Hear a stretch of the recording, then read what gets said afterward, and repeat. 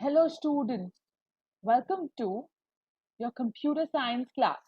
Today we are doing chapter 5, problem solving and decomposition. This chapter is named as chapter 5 in your textbooks, Introduction to Problem Solving. Have you heard of this quote? I think I have shared with you before. Everyone in this country should learn to program a computer because it teaches you how to think, by Steve Jobs. This quote could not be more true than it is. It is a proof that in order to program a solution for a problem, you should think in a specific way. And we are going to talk about problem solving in this chapter.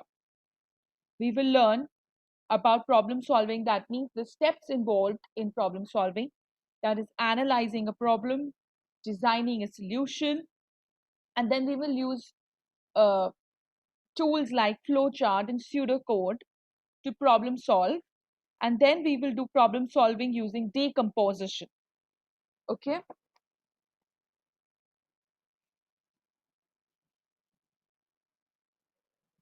programs, they are not quick creation. In order to create efficient and effective programs, we must adopt a proper problem solving methodology, and we must also use appropriate techniques. Problem solving methods, it follows a cycle, the problem solving cycle. I will tell you about this cycle very soon. But remember that problems, they are the center of what we all face every single day. This is Problem solving is what we actually do at work every single day.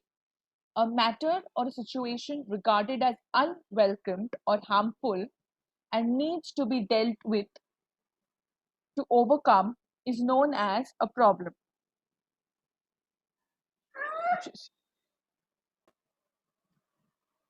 A computer or a microprocessor is the main device. This device finds the solution to problems because of its speeds and the way it can deal with data. Generally, problems are solved using some sort of a program or a software using any computer programming languages. There is a program solving cycle, and there are three basic steps in this program solving cycle: analyze or define a program, design a solution, and implement the solution. Right? So you analyze or you define the problem, then you find the solution and you develop an algorithm for the solution. Then we code the solution in a programming language. Okay, and then you finally will test and debug the coded solution. So if you see, technically there are only three ways of solving a program. First, you analyze or you define what is the problem. Number two, you design a solution. Number three, we implement it. So these are the most important steps. Now, number one, analyze the problem. So it is very important to understand the problem minutely, because sometimes the problem is not that appears but something else that is causing it. So understanding the problem well helps us to analyze the solution. Problem analysis is very important as the outcome of this will convert to success of final solution. While analyzing a problem, we must identify the processing components and identify the relationship among the processing components.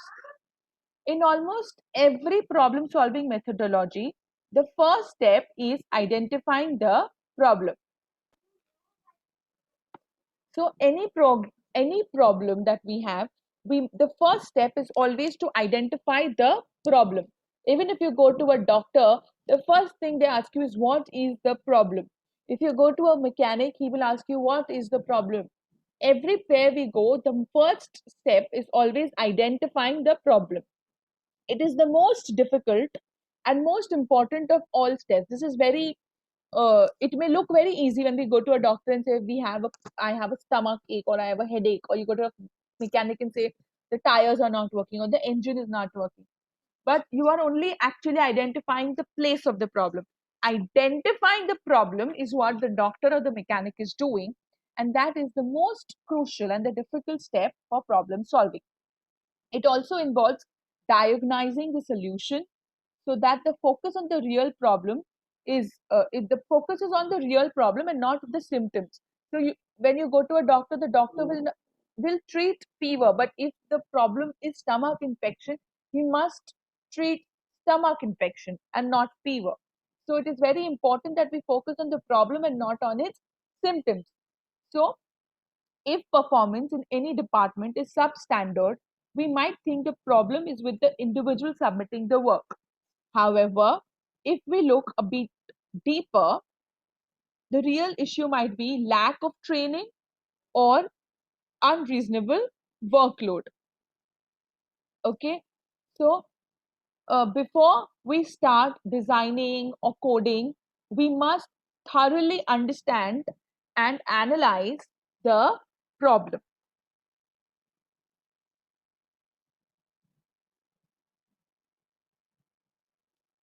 So the process of understanding a problem and then defining it on the basis of data required for the given problem, type of input variable required, type of output variable required, is called problem definition. Okay.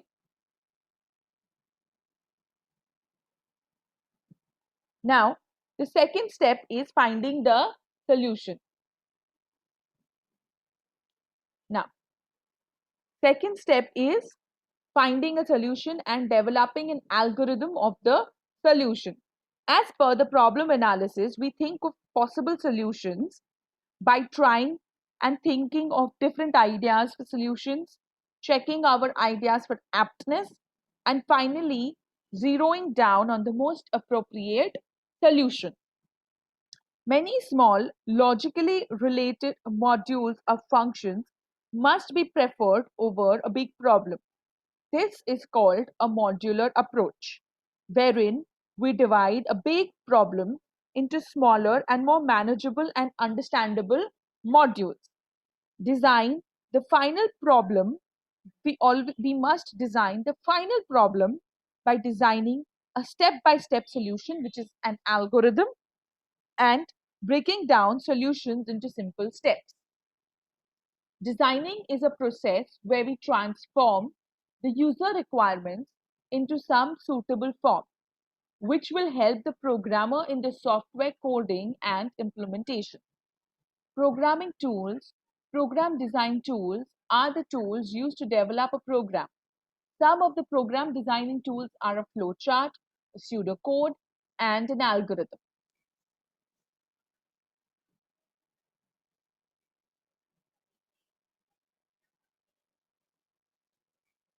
Now, so the sub steps of a problem solving cycle that we had discussed. Number one, there were four steps to problem solving cycle, although the slide only had three. Actually, there are four. Number one was analyzing the problem. Number two was finding a solution and developing an algorithm. Number three is coding. Remember, coding comes number three. So whenever I also throw a program at you, you must always analyze the problem, then make an algorithm, and then third part is coding, and fourth part is testing, performing testing and debugging. Right now we are only doing 3 and 4. When I give you a problem, you're jumping into coding. Don't. Now we need to stop, pause, take a step back, learn how to analyze, and then find solutions. So suppose we are given an arithmetic problem and we are not familiar with the steps involved in solving that problem. In such case, you will not be able to solve the problem. Same is applied with writing computer programs. A computer program cannot write the instructions to be followed by the computer unless he knows how to solve that problem himself. The first step in application development is problem definition. A program source data, logical and practical procedures needed are needed to solve the program. Analyst must take place Analysis must take place before the actual preparation of program development. Otherwise, it can cost lots of cost and money and time. It will cause us lots of cost, time, and money. So,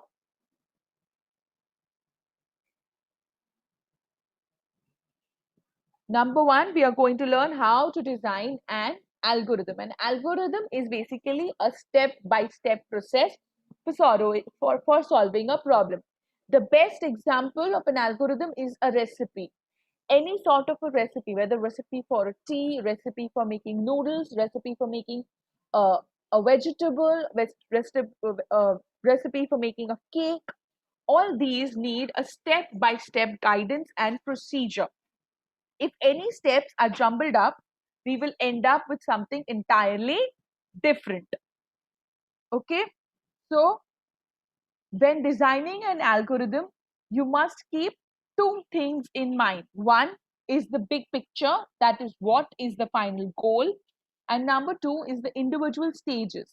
What hurdles need to be overcome on the way towards the goal.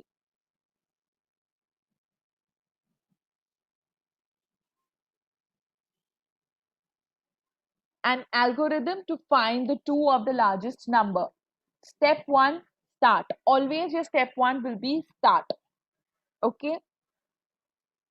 Step one, start. Step two, you must declare or you must initialize or you must give value to two variables. So declare two variables. Step three, read or take input from the user for the two variables. Step four will be a conditional statement. That is, if A is more than B, then print A, else go to step 5. And step 5 should be, if B is greater than A, then print B, else go to step 6. And step 6 should be an error statement saying either both of them are equal. So we again check if A equals to B. We say step 6 is if A equals to B, we say go to show print they are equal, else go to step 7, and in step 7 we say end. Okay, so display A is a larger number, else display B is the largest number.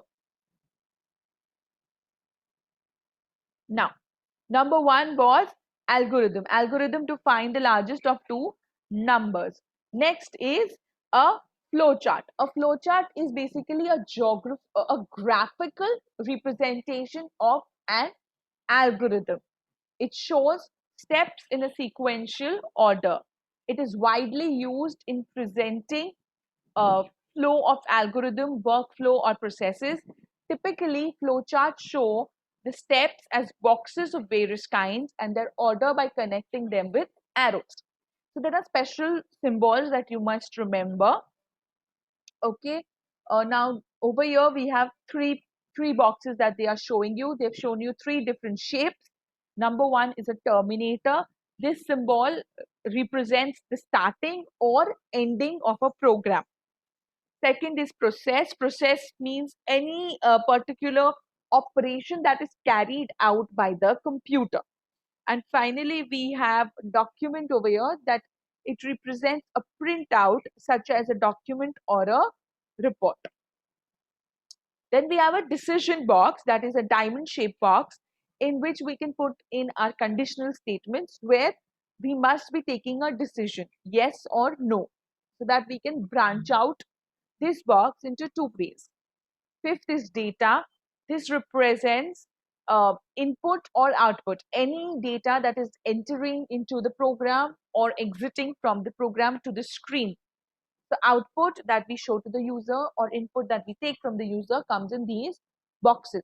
And finally, we have flow lines that show the flow or the direction of the program. For example, start Read A, that is you're reading one number or alphabet or one variable. Read over here indicates like an input. So input A, input B, sum equals to A plus B. Look, that is red in color. It's a process symbol. Process means some operation done by the computer. So the computer has added the two numbers and saved that in the sum variable. Finally, we are saying print sum. That means it will be displayed on the screen. And end. Start and end over here indicate the beginning and end of a program. So this is a flow chart. Flow chart for adding two numbers. What would be the algorithm? Step 1, start. Step 2, read A. Step 3, read B. Step 4, sum equals to A plus B.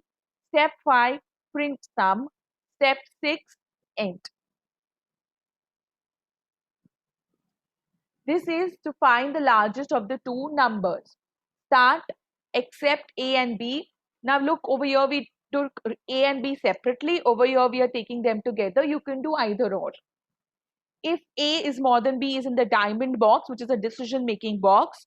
So depending on the decision, that is if A is more than B is true, you go and display A. If A is more than B is false, we display B. Finally, both of them end at stop. Next is pseudocode. Pseudocode is not a programming language, but it is a simple way of describing a set of instructions that does not have to use any specific syntax. There is no strict standards for pseudocode, but some widely recognized standards are input or read, which indicates in taking information from user, output or write, which indicates any information that we printed on the screen for the user. While is a loop, for is a loop, repeat is a loop, and then you have if, then, else, which is a decision making or a choice making. Any instruction that occurs inside this will be considered inside a selection or iteration is usually indentation. So pseudocode to find out the largest of two numbers. Write, please enter two numbers. Read n1, n2. If n1 is more than n2, set max equals to n1. Else, set max equals to n2. This is not a Python code. This can be basically, this is a programming language code like a rough work. You can say like a draft. This is a pseudo code. And this doesn't have any specific syntax. These words in the red, these are the widely used syntax in the world, widely used words in the world, which represent certain meaning.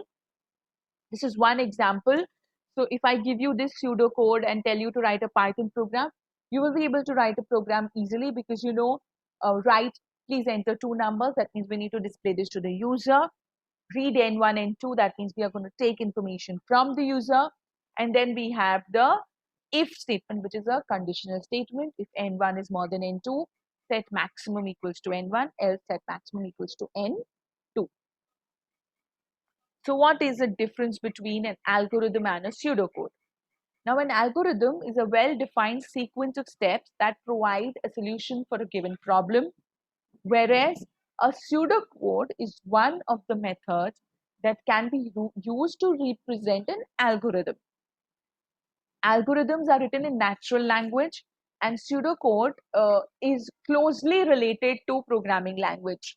It's not completely programming language, but closely related to programming language. Pseudocode does not use specific programming language syntax, and so it can be understood by programmers who are also familiar with different programming languages. Transforming an algorithm presented in a pseudocode to a programming code is much easier than converting an algorithm to a programming code. So if I give you an algorithm, okay, if I give you an algorithm, where is the algorithm? Here. And I tell you, make a program out of this, make a Python program out of this, you will not be able to write it that easily as much as if I gave you this. Now write a Python program, then this becomes easier. Okay. Implementation, which is the last problem solving method. But before this, we have the coding. Okay, so after we have thought of all the solutions. Number one, we understood the problem. Number two, we analyzed the problem. Number three, we thought of solutions. Number four, we did a modular approach and we broke the problem into small units. And number five was identifying the operations for the solutions. That means we found how we can use minimum number of inputs, which arithmetic and logical operations we have to use. Okay, and finally, number six is coding the program using appropriate control structures. Okay, so now we have to code the program as per the previous steps, okay, as per the pseudocode algorithms. Okay, and coding is the technical word for writing the program. This step is to translate the algorithm into a programming language. You should use the most appropriate control structure out of all the available options. So it is important to know the working of different control structures and their suitability in different situations. Okay. Now, after you will code the fourth, that will be the third step, which is coding. Fourth step is testing and debugging. So then you have to test and debug. So implementation includes coding and debugging both. But in our textbooks, coding and debugging is separate steps. So we will learn like it's given in our textbooks. In testing, it is a process of finding errors in a program, and debugging is the process of correcting the errors found during the testing process. So understand the difference. Testing is the process of finding the errors, and debugging is the process of correcting these errors that we find in the testing process. Okay, so in this particular phase, that is in the testing phase and the debugging phase, we find errors and we rectify errors. Okay, finally, at the end of any application or any program that we make, documentation is very important. What is documentation? Documentation is intended to allow another person or another programmer to understand your program. That means we sit and write documentation and meanings of those in a book. Documentation also consists of detailed description of what the program does and how to use the program. Sometimes there are different modules. So what does each and every module stand for? Mama. Okay. So over here, implementation is one step, but we are going to learn it as two steps, that is coding as well as testing. Finally, we must implement our code. That is, after the testing and documentation, we implement a program on the actual website. Now, real users can use this program. But last step of this is maintenance. Maintenance is also very important. That means maintaining programs involves modifying the programs to remove the previously undetected errors. Probably when more users will use, you will come across more errors in your program and you have to rectify them. Undetected errors to enhance the program with different features or functionality, or keep the program up to date as per the government regulations or company policies and changes. Okay, so now we have finished the first part of the program. Tomorrow we are going to start with decomposition. Okay, we have completed 2 pages. After page 111 of the textbooks, you can go through it, underline it. This is a problem solving cycle. How do you solve a program, and how in your textbook there are 4 broad steps given, the main steps, and sub steps are 10 in all. So use those 10 sub steps because I think they make more sense. With this, I end today's class. Children, stay home, stay safe, take care, keep learning. Thank you.